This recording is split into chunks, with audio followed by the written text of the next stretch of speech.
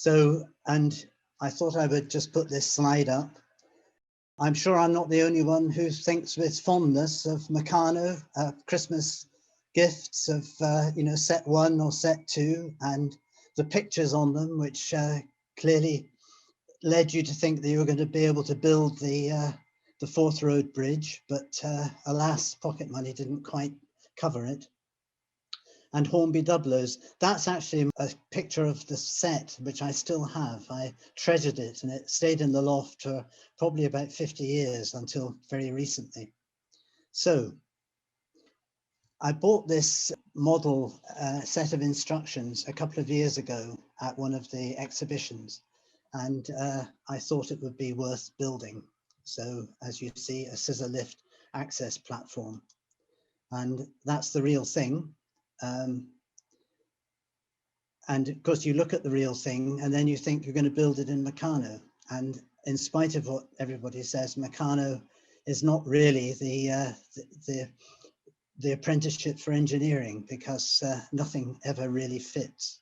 However, I think that's part of the challenge and joy of it. So that was some photographs from the instructions. You can see the gear train is, it's a 6-volt motor, and that powers both the differential at the back here and the winch. So the gear train goes all the way down there, and then there's another. These are push and pull rods here to make it go forwards and backwards, and also to get the winch to go up and down. And you can see a little bit more closely there of the winch and the pawl, which stops the whole thing falling down once it's up.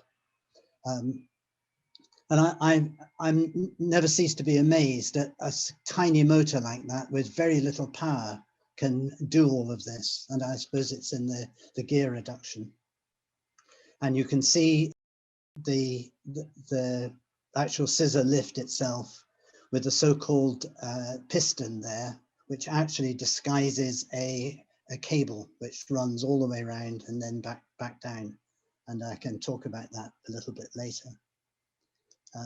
And that's a more of a close-up view of the chassis of this. The steering, I don't think I would really like to operate the steering as it's given. It relies on very tight nuts and bolts. And those of you who've dabbled with Meccano, you know how you get them tight, but they're always a millimeter or 1/8 of an inch, not quite where you want the strip to be. So difficult to get to, particularly when it's in tight corners. The winch actually works very well, but the power to the differential, it's not a very powerful machine to be moving along. And that was my first build of it. You can see see for yourself and there's a battery box to power the motor, and the wire looking very nice and close to the gear teeth, which was a near shave once or twice. And there it is, half built, and you can see the cable there going round. So it's wound all the way around and up there, and then is fixed in a ferrule there. This is hand of God stuff, because the switch is there, and you have to go to the back for the push and pull rods for the gears. And you can see the gears here. I've just tried to do a little bit of them. This is the gear not engaged for to power the winch, and then you slide it back, and there it is engaged. Quite tricky, really, to get it absolutely right. And Meccano being Meccano, the holes are never absolutely true. And there's a considerable amount of fiddling around to get the gears to run smoothly. And there you can see the cable coming up from the winch here and going around. and there is the winch itself. The early parts of lifting this, there's a huge pressure on here. And I think the designer of the instructions reckoned there must have been about 8 kilograms of, well, I don't know how many newtons that is, but you get the idea. There's a lot of pull on that, and we'll come back to that in a minute or two. So there it is, more or less built with the battery box, and but as I say, this is the most strain on everything is just when it's beginning to pull it up from, I suppose, what would be the equivalent of a top dead center.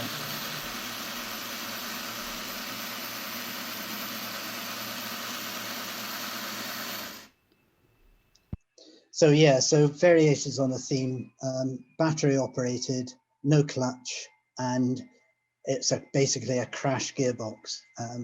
So it's noisy. So what I've done is introduced a speed controller, the Pocket Money 10, and the battery box is no longer there. There's a control panel and the flashing lights with the dual flasher.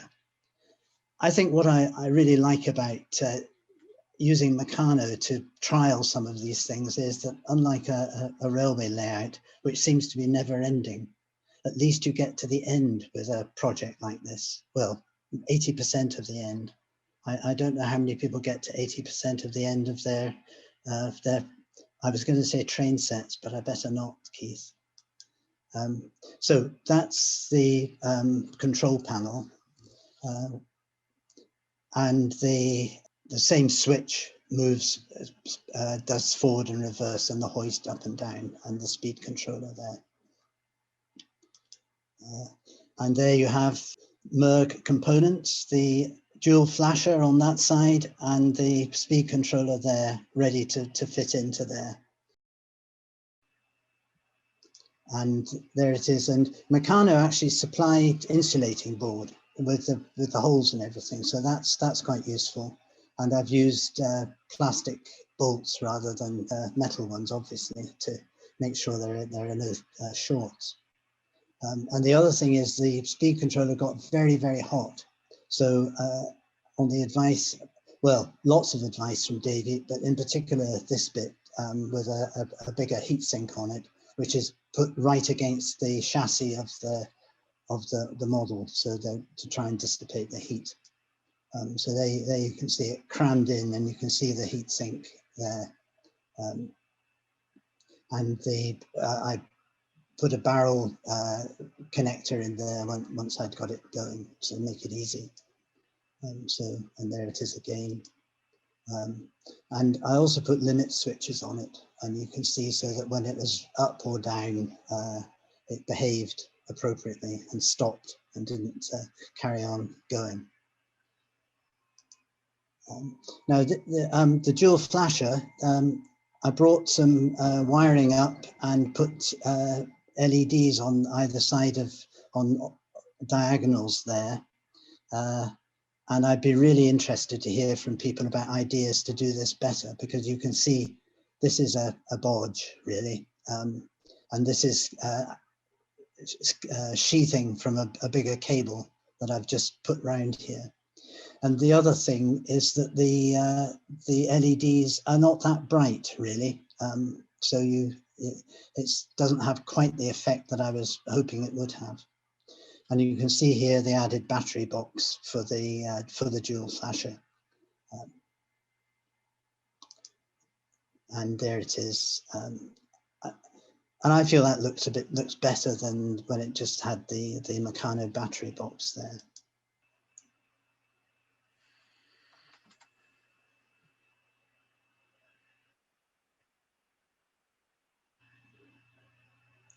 And I think you can just about see the lights flashing there, but I could do with them being a lot brighter. And let's just do this one. Sorry, a bit of zooming in and out there. So you can see the cable. And I bought the cable from a company down in Somerset, which supplies, you know, ship's cable and proper hawser, but suitable for modeling. And if anybody's interested in that, I can give you their details.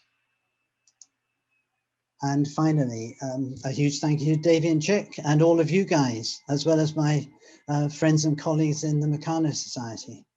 And can I just put a plug in for the Meccano Scotland Society? Go and have a look at our website, because there's a lot of really, really good models on that. And there you are.